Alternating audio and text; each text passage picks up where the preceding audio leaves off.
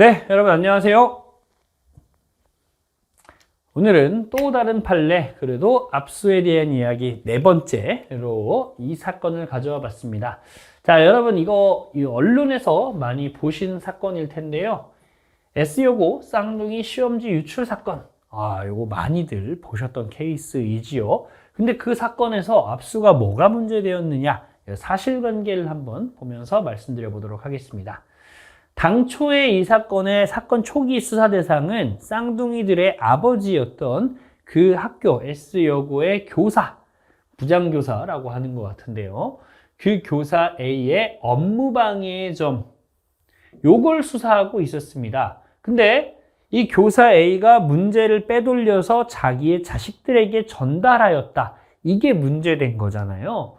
그럼 여기서 영장상 압수할 물건에 쌍둥이들의 휴대전화가 기재되어 있었습니다. 이 쌍둥이들의 휴대전화를 교사 A한테 얘기를 한 겁니다. 당신이 아버지니까 이 영장 보시고 쌍둥이들의 휴대전화도 저희에게 좀 주세요 라고 했더니 이 교사 A가 쌍둥이들이 지금 현재 사용하고 있는 각 휴대전화 2대, 그리고 기존에 사용하고 있던 각 휴대전화 2대, 총 4대를 이렇게 영장에 따라 제출을 한 사건입니다. 그래서 쌍둥이들의 이 휴대전화 4대를 영장에 따라서 압수하는 과정에 당연히 이 사실관계의 흐름을 보시면 아시겠지만 이 영장을 교사 A에게만 제시하였고요. 교사 A에게만 참여하실 거냐고 물어봤습니다. 쌍둥이들에게는 물어본 적이 없었어요. 자, 이렇게 사건이 진행되었는데 이 사건에서 뭐가 문제됐을까요? 자, 우리 그 사건 기억나세요, 여러분들? 우리 3주 전에 보셨던 사건일 텐데 참여 무능력자에게 참여를 하게 했던 그 사건에서 그러한 압수 절차에 참여 무능력자가 참여한 것은 적법한 참여가 아니다. 이렇게 얘기하는 사건 보셨을 겁니다. 그 사건에서는 뭐가 문제였죠? 그 참여한 사람이 지능지수가 57밖에 안 되고 사회적인 연령이 11세밖에 안 돼서 압수의 의미를 정확히 이해할 수가 없다라는 것이었습니다. 근데 지금 여기 쌍둥이들 그런가요? 그렇지 않죠. 이 쌍둥이들 어쨌든 공부도 제법 했던 것 같고요. 정상적인 사고를 할 수 있는 상태에 있는 친구들이었어요. 그러면 제 아무리 미성년자라고 하더라도 그 미성년자, 의사 능력이 있는 제정신인 상태에 있는 친구들이라면 얘네들한테 영장을 제시하고 얘네들의 권리를 보장했어야 되는 건 아닌가? 이게 문제였던 거예요. 우리 대법원 뭐라고 했는지 한번 보겠습니다. 자, 수사기관의 압수수색 절차 과정에서 처분을 받는 자가 미성년자인 경우, 지금 이 사건이죠. 의사 능력이 있는 한 미성년자에게 영장이 반드시 제시되어야 하고 그 친권자에 대한 영장 제시로 이를 가름할 수 없다. 또한 의사 능력이 있는 미성년자나 그 변호인에게 압수수색 영장 집행 절차에 참여할 기회도 보장되어야 된다. 영장 제시의 문제와 절차에 참여할 기회의 문제, 이거 두 가지가 다 누구에게? 미성년자 측에 보장되어야 한다라고 얘기하고 있는 것이죠. 뭘 조건으로요? 의사 능력이 있다는 전제하에.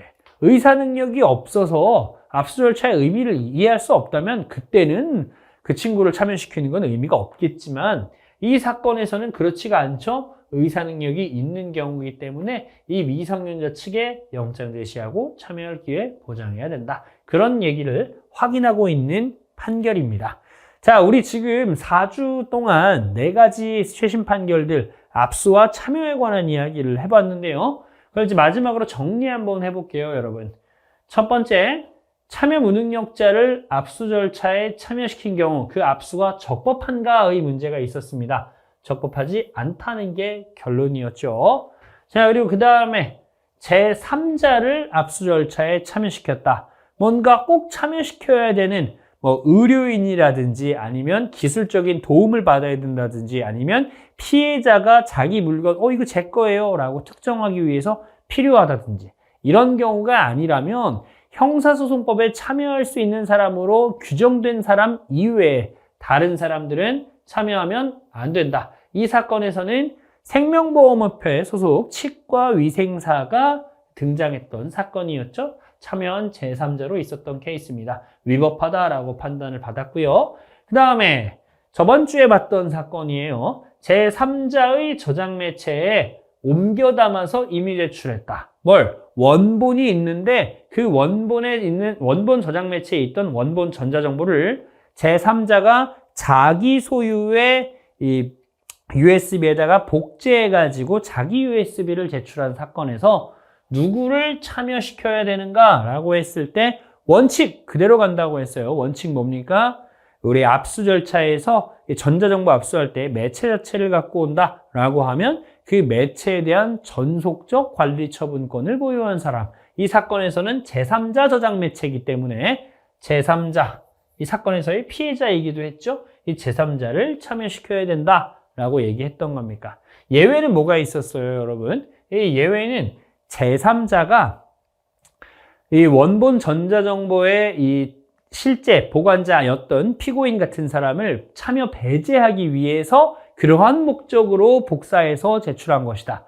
그러면 이제 그 경우에는 이 제3자를 참여시키는 게 아니라 원본 저장 매체의 소유자를 참여시켜야 하는 것입니다. 원칙과 예외로 기억해 두시면 되겠어요. 여기 적어 놓은 건 원칙이죠.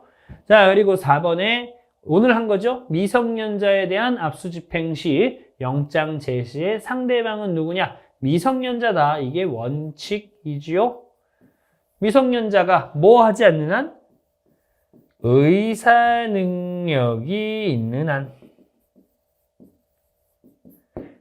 만약에 의사 능력이 없다면 의사 능력 X라면 그때는 미성년자에게 영장 제시하고 참여 보장하는 게 의미가 없을 테니까 이렇게 얘기하고 있는 것입니다.